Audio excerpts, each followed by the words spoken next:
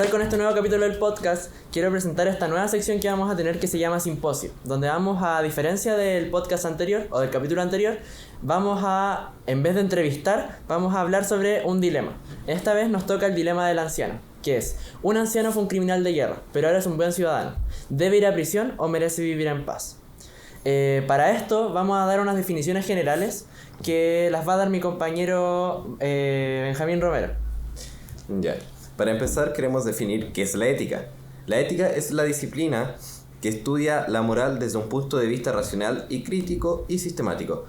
Esto es este enfoque de la ética. Hay que recalcar que la ética es una rama de la filosofía. Así que de la filosofía se desprende la ética. Muchos confunden ética con moral, que ahora la vamos a definir. Pero la ética lo que hace, estudia las cosas desde un punto de vista social y de costumbres y se la pasa a la moral para que la moral indique esto es bueno o es malo, es justo o injusto. Ahora voy a definir brevemente qué es la moral. Es un conjunto de normas, principios y valores que guían el comportamiento humano en general, determinando lo que se considera correcto o incorrecto, lo bueno, lo malo, lo justo, lo injusto, bajo una interacción social. Ya. Y ya pasando a lo que es la discusión, partir con definiciones más directamente derivadas al dilema, que es, y que las vamos a discutir acá obviamente, que es ¿qué es un buen ciudadano? Por si alguno quiere dar la palabra y empezar con esta discusión. Me llamo Diego y yo partiría definiendo como un buen ciudadano alguien que aporta, de buena forma a la comunidad, al bien común, a las otras personas, claro, a la economía, quizás. Alguien que contribuye. O sea, sería alguien que aporta de forma beneficiosa a la sociedad y que respeta la moral social. O sea, también que sabe vivir bien sin tener que estar regulado por la sociedad y que sabe vivir bien en la sociedad. Claro. No solo por un tema de leyes, sino también por un tema moral y de razonamiento lógico. Ya, y nuestro segundo concepto a discutir es ¿qué es un criminal de guerra? Entendiendo que una guerra es un conflicto bélico entre dos o más países que generalmente deriva en muerte, en asesinato. Bueno, y que también dentro de esa guerra hay normas que se cumplen. Que eso también lo define un criminal de guerra. Por algo también es la palabra criminal. Que dentro de la guerra hay normas que tienen que regir. Entonces, no sé cómo nosotros lo vamos a tirar ahora. También otra cosa que agregar, que cuando te cometes un crimen de guerra, no está como inmutable, creo que se dice. Se te puede penalizar como en toda tu vida. Siempre está como ahí, no desaparece. Es como que sale en tu carnet. Por ejemplo, en la legislación chilena, cuando estamos en periodo de guerra, la pena de muerte es legal. Y en la justicia militar también.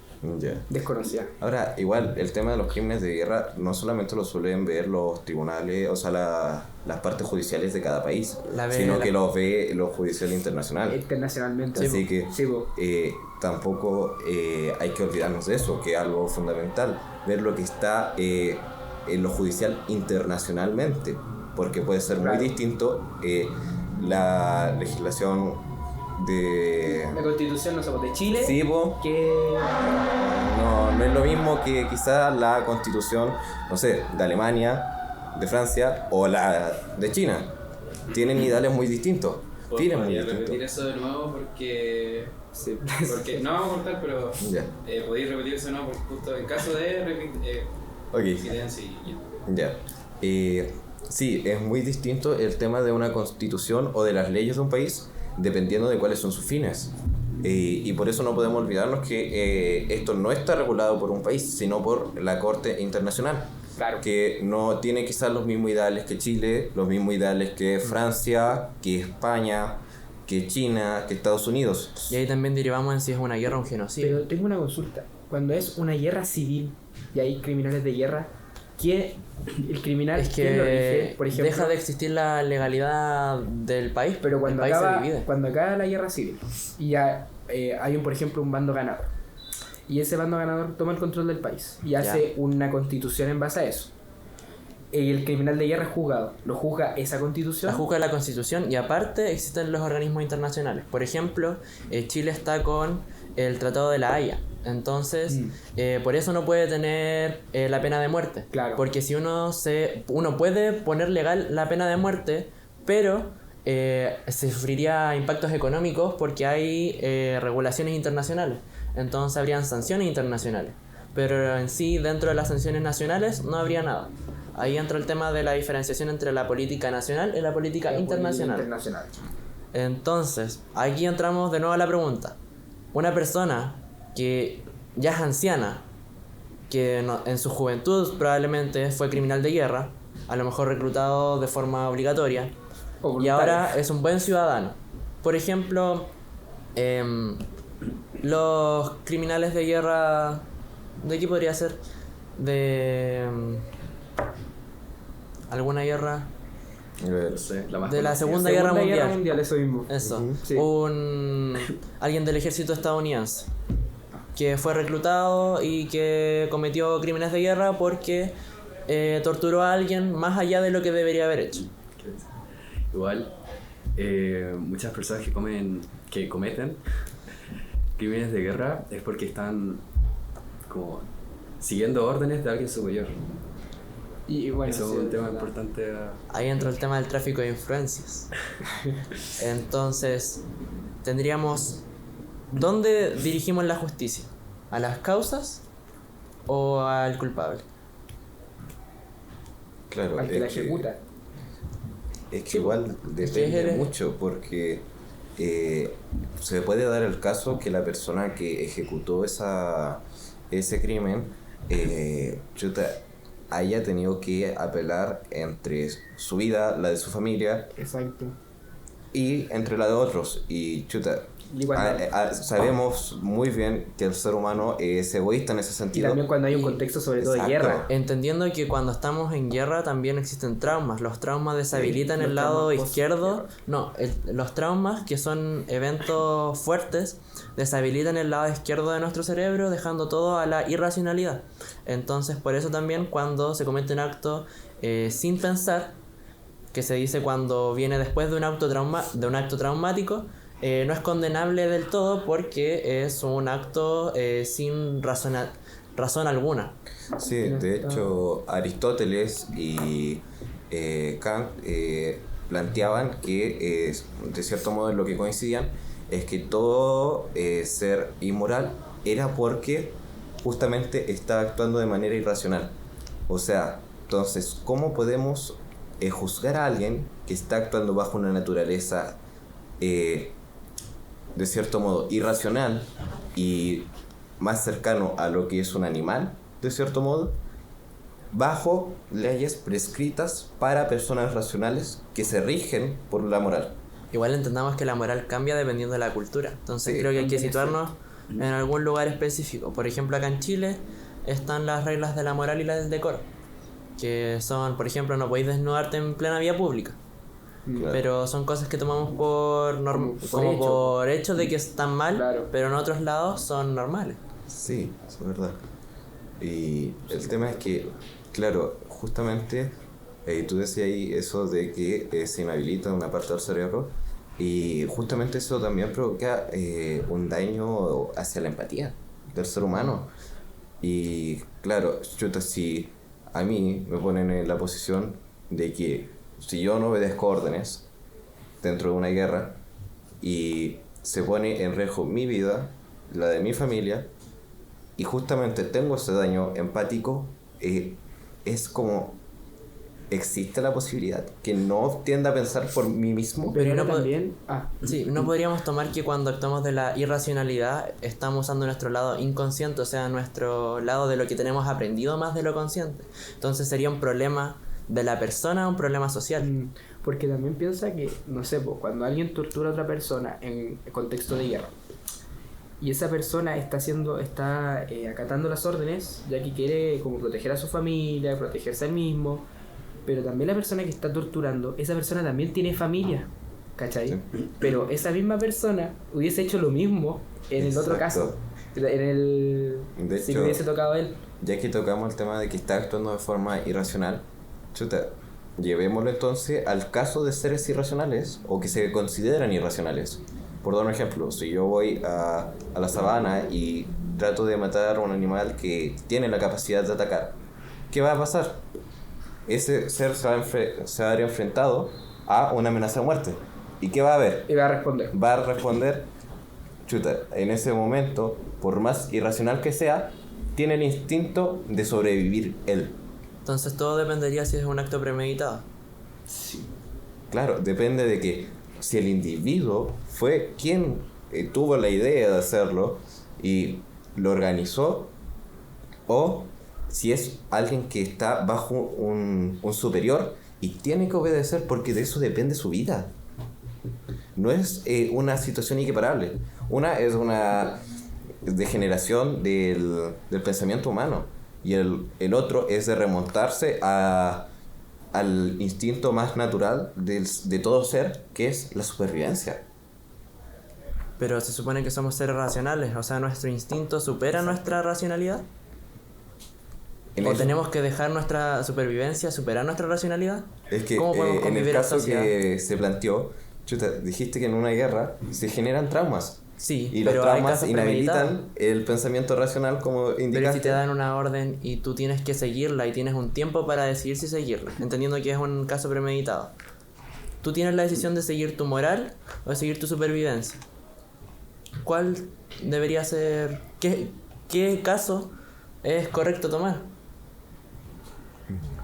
Porque a fin de cuentas, si todos tomáramos que nuestro instinto de supervivencia, el egoísmo predominaría en la sociedad y a fin de cuentas no llegaríamos a ninguna parte. Entonces, claro, ahí entramos, por ejemplo, Marx define la justicia como un acto colectivo. Entonces tenemos que llegar a consensos que definan dónde queremos llegar. Y ahí también entramos de nuevo a si debe ir a prisión o merece vivir en paz. Porque hay que llegar a ese consenso. Las personas que fueron criminales de guerra y ahora están en una edad mayor y han también tenido una buena reinserción dentro de nuestra sociedad, ¿merecen vivir tranquilos con ya su reinserción hecha? ¿O merecen ya después de 30 años pagar o ser un condenado? Igual depende como del crimen que haya cometido. Eso. Porque si el crimen fue el crimen que haya hecho provocó la muerte de la víctima, no se le puede pedir perdón a la víctima porque está muerta. Por ejemplo, sí, pongamos un caso. Ya, el loco que comandó la nave de la bomba de Hiroshima, por ejemplo. ¿Qué pasa con ese sujeto? ¿Qué harían ustedes en ese caso? Porque ese tipo, bueno, hizo un genocidio. Sí. Pero en ese caso podríamos estar a favor también de la pena de muerte. Porque ¿de qué sirve tenerlo vivo si al final nunca se va a redimir? No te dejaría de tener sentido de la prisión. Entonces, también entramos en que hay que llegar a un consenso. Y reitero eso porque también, lo mismo hablamos al principio, hay derecho internacional que definen también derechos humanos. Toda persona tiene derecho a vivir. Toda persona tiene derecho a recibir ciertas condiciones y toda persona, creo al menos yo, debería, o ni siquiera creo, sino que está definido por ciertos reglamentos internacionales que toda persona debe tener derecho a su reinserción. Porque también que una persona esté acatando en contra de la moral y que esté utilizando su irracionalidad en vez de la racionalidad es un problema social, un problema de Estado. Porque hay una falla ahí. Es un problema que viene mucho más atrás. Exacto. Sí, claro. De hecho, más que una falla de Estado, es una falla de la estructura moral de la sociedad. Porque piensa que el que acata la orden y el que al fin y al cabo termina cometiendo el acto es solo un mandado más. Y por eso también es un fallo del Estado, porque el Estado es quien tiene que regular la moral, la ética y el derecho. Y aparte, si nos vamos a la práctica, a esa persona no se le da la opción de hacerlo o no. O sea, es lo haces, lo haces. Hácelo. Hácelo. Sí. O sea, y como a la mínima que se sepa que o que la otra persona que está dando la orden perciba que no lo vas a hacer, hasta ahí llegaste. Y ahí entramos en otra cosa. ¿Cuánto vale una vida? ¿Vale más mi vida que la de otros? Exacto. Porque si fuera por eso también volvemos al instinto egoísta y yo podría robar porque mi vida o mi supervivencia vale más que la de otros. Bueno, es que sí, siempre vamos a volver al egoísmo porque el ser de por sí es egoísta. Sí, pero por ejemplo nosotros vivimos también en reglas de un contrato social. Hobbes decía que la justicia se basa en los efectos de este contrato social. Nosotros cuando decidimos estar en una sociedad decimos... Estamos aceptando... Exacto. Entonces no podemos solo dejarnos, es que fue mi instinto de supervivencia, porque si no cualquiera podría hacer lo que quisiera. Es cierto. Pero también quiero tocar otro punto que ya. Ejemplo, lo mandamos el tipo a prisión. También le estamos pagando eso nosotros. No sé si se entiende. Como el hecho de pagando monetariamente. Que el tipo esté en prisión, que tenga su uniforme, que tenga claro, al final, por su crimen igual nosotros estamos pagando de cierto modo que él siga ahí, que se mantenga con su vida normal de cierto modo, porque hay prisioneros que tienen el mismo lujo que una persona afuera, o incluso condiciones más dignas que una persona cualquiera. Las cárceles de lujo que hay acá, por ejemplo, en Puente Alto. Aquí entramos al tema de que no es que hay un lujo, sino que hay un privilegio por el simple hecho de que no estamos cumpliendo con los derechos para todos. ¿Y ese problema de dónde viene? Del Estado. Entonces, aquí tenemos, y reitero, tenemos el caso: ¿debe ir a prisión o merece vivir en paz? Porque aquí es donde tenemos que llegar a concentrar. Un poco la conversación era obvio que se iba a desviar porque es muy amplia. Es muy claro. Y tenemos que analizar varios casos, pero la idea es que igual lleguemos a un punto en que discutamos si debe ir a prisión, que al final es una justicia punitiva, o merece vivir en paz sin ninguna condena. O también podemos tomar la vía de que viva en paz pero con una condena. Por ejemplo, en otros países tienen las condenas de servicio comunitario, no necesariamente en prisión. Claro, servir un servicio a la comunidad que sirviera como en una proporcionalidad razonable hacia el daño social que hizo. Que haga un aporte, claro, que sea un real aporte a la sociedad. Claro, como para garantizar que de verdad está siendo un buen ciudadano nuevamente y que a la vez esté, de cierto modo, no se puede reparar ningún tipo de crimen, ningún tipo de asesinato, pero se puede ni siquiera compensar, ¿cómo decirlo? Pero... Es que ¿cómo se puede tratar de retribuir. Es que es el problema. Si, por ejemplo, yo asesino a alguien, ¿cómo compenso a la familia de esa persona esa vida? Exacto. A los amigos. No puedes. No se puede compensar una vida, pero ya el hecho está hecho, no se puede tirar para atrás. Entonces, ¿qué haces? ¿Vida por vida? O... Es que ojo por ojo el mundo se queda ciego. Exacto. Entonces, probablemente esto no se va a resolver en este momento, pero igual, tratando como de resumir un poco, un buen ciudadano lo dejamos como que alguien que aporta de buena forma, que contribuye. O sea, en este caso a lo mejor puede trabajar en una empresa del Estado, en una minera, y aportar socialmente, en trabajo forzoso. Pero también considera que es un anciano. Claro, no vaya a mandar a un anciano, por ejemplo, a trabajar a las mineras. Claro, o sea, realmente, ¿qué tan beneficioso va a ser que estés ahí? O sea, no va a ser no va a ser nada. En el punto de vista, obviamente, del trabajo. Claro, no va a ser un aporte de ningún tipo, principalmente. Ya, está bien que tenga la voluntad, que el Estado esté de acuerdo, pero ¿realmente le va a dar el cuerpo para estar en una mina? Igual, recordando un poco el tema de la economía, estando en prisión o estando jubilado, va a haber que pagarle de igual manera porque hay pensiones. Claro, la pensión. Es cierto. O sea, pero por ejemplo, no sé, pues, el anciano puede hacer un trabajo que no requiera un... Trabajo caritativo. Ejemplo. Podríamos incluirle que, no sé, tenga que trabajar en un servicio de bienestar social. Trabajar con la misma gente adulta mayor. Es verdad. No es mala idea.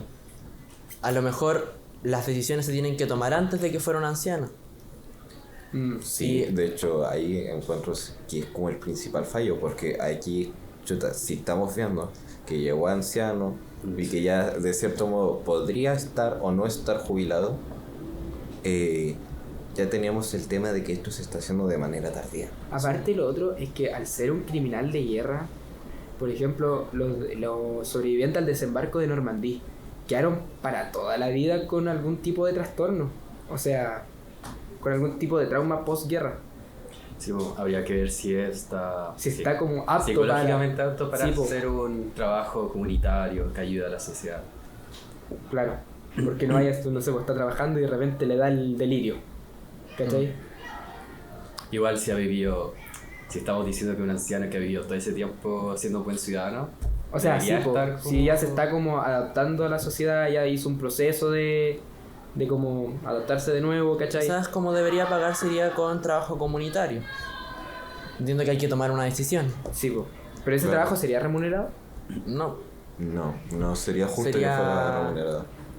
Claro, porque quizás remuneración con lo básico, comida, alimento, hogar, pero asegurarle eso, pero que trabaje en un hogar de ancianos, o sea, y que se le remunere con como se hacía antiguamente, porque algunos presos en algunos lugares que hacían, tenían su tiempo de reclusión y en ciertos horarios tenían que ir a trabajar para ir a ganarse la comida y para verificar qué tan aptos estaban para vivir en sociedad. Esa idea del, por ejemplo, ir a mandarlo a trabajar con otro anciano igual es buena, porque piensa que un anciano lo que menos quiere es estar solo. Sí. Cuando uno llega anciano y por ejemplo está solo, no tenés con quién hablar, no haces nada, te sentís inútil, ¿cachai? Claro, y aparte, por más que sea alguien que faltó a la moral, O sea, sí. ya en el caso de penarlo, dejaría de ser un ciudadano, pasaría a considerarse una persona, pero una persona igual tiene derechos. Y chuta, Básicos. Sí, por sobre la moral. Por sobre la moral. Por sobre la moral. Y eso es lo importante. ¿Por qué? Porque, chuta, si pasamos a llevar eso, es que si, en una balanza ahí queda en una balanza de que van a pesar más los derechos, obviamente. Pesan más los derechos también por el hecho de que la moral se va transformando durante el tiempo. La moral no es estática, porque va cambiando. Sí, exacto. Entonces, por eso los derechos son un consenso único que define qué es lo mínimo que debemos tener. Es algo rígido, es algo que no se puede, inamovible, ¿cachai? No, y aparte estamos hablando de que al hombre se le está juzgando justamente por en este caso planteamos también el tema de que podría estar siendo juzgado por un asesinato como crimen de guerra. Sí. Y estamos apelando al derecho a la vida. Por lo tanto, no podríamos atacar el tema justamente con muerte. ¿Por qué? Porque sería contradictorio. O sea, por lo que lo estamos penando, lo vamos a hacer pagar con lo mismo. Pero también quiero poner en juego algo que me parece interesante que podamos discutir. El hecho de que ya un criminal mata a una persona y otro criminal mata a 100. Pero igual el otro mató a una persona. Sí, pero nosotros estamos jugando con la misma vara al piloto de Hiroshima, a alguien que mató a una persona. Claro. Y aparte hay que recordar que nosotros establecimos... No, es que en la justicia nunca se juzga con la misma vara porque hay grados de condena. No, pero por eso estamos haciendo eso ahora. Sí. Por eso te digo, estamos nosotros haciendo por eso ahora. Pero por ejemplo, no sé, está el presidio perpetuo y está el presidio perpetuo calificado. Y son distintos grados de cómo uno juzga. O sea, pueden tener el mismo crimen, pero en base a la gravedad o la escalaridad que tiene, se va aumentando o disminuyendo la pena porque hay agravantes y atenuantes. Entonces, por ejemplo, el crimen se juzga unitariamente.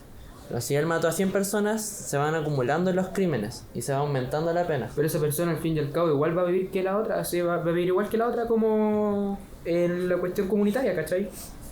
Claro, pues, pero a lo mejor lo que tendría que hacer es un trabajo comunitario más pesado. O a lo mejor un trabajo comunitario con menos privilegio o más duro. O mandarlo a la mina. O mandarlo, no sé, a trabajar con ancianos en un psiquiátrico, que es un trabajo más difícil socialmente. Ahora, muy denso. Igual, en todo caso, nosotros dijimos que es un criminal de guerra. Y después nos desviamos hacia el tema de que mató a alguien o etcétera. Sigue siendo una vida. Pero, si lo vemos bajo las mismas normas que planteamos, que definen qué es un crimen de guerra y no, dentro de la guerra se considera como la matanza, se considera directamente algo parte normal, de, sí. pero por ejemplo, lo que determina si es un crimen de guerra es la forma. La forma y la escalaridad, porque por ejemplo hay algo tan simple como el método que usaban antiguamente, que era llegar y limar la punta de una bala como cruz para que al impactar se dividiera. Pero está el método y la razón, porque claro. por ejemplo es distinto una guerra, y lo dije también en un principio, a un genocidio. Un genocidio es por razones étnicas o por razones arbitrarias. Eso también genera un crimen de guerra. Aparte que en la guerra se ven como el lado más banal del ser humano. Sí, po. En una guerra no hay razón. Claro, es un irracional como principio. Por eso es una guerra. Exacto. Y como decíamos, hay escalas también muy distintas de un crimen de guerra. ¿Por qué? Porque tenemos el tan simple como te digo, de haber disparado a alguien, ni siquiera haberlo matado, haber disparado a alguien con una bala de corte cruzado. Fragmentación.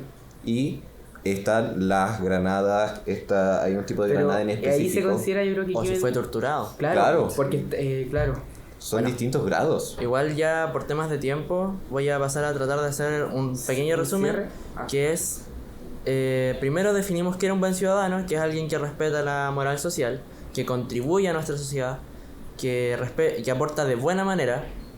Después definimos que era un criminal de guerra, que es alguien que rompe las reglas de guerra. Nombramos que también es distinto cuando son una guerra o un genocidio, que un genocidio en sí también es un crimen de guerra. Que también todo esto depende de si es un acto premeditado o independiente, porque en temas psicológicos un acto que no es premeditado genera que tu lado irracional sea el que actúa frente a estos problemas ante un trauma. Y también la condena tiene que depender si es una persona apta para la sociedad, porque si no es una persona apta para la sociedad, ¿cómo lo podemos reinsertar directamente? A lo mejor lo que tiene que hacer es vivir aislado, y esa sea su condena. Entonces, con esto creo que todavía no encontramos una razón directa de si lo que debe hacer es ir a prisión o vivir en paz. Es complicado. Pero hemos estado acercándonos igual a un consenso, que yo creo que hemos llegado a que los derechos humanos son intrínsecos y tienen que ser respetados, que a fin de cuentas es un anciano, por tanto no tiene el mismo potencial de cumplir con una condena que otra persona, y que todo esto depende si fue premeditado o cómo se hizo o por qué razón se hizo este crimen de guerra. Claro. Exactamente. Y aparte también hemos llegado como a ciertas pequeñas conclusiones. Ninguno ha diferido en que tiene que ser juzgado. Claro, pero en base a lo mismo que hemos ido estableciendo, podemos darnos cuenta que la pena de muerte pareciera no ser una opción. Exacto. Porque sería contradictorio con lo que está sucediendo. Es contradictorio. Ojo por ojo. Claro. Sí, quedamos sin nada. Y también que la justicia es colectiva. O sea, la justicia la hacemos entre todos y no de forma individual, porque si no llegaríamos a ninguna parte. Y con esto ya resumido, nada, terminamos el capítulo. Eso. Un gusto. Bueno, cuídense. Nos vemos. Chao. Cuídense, chau.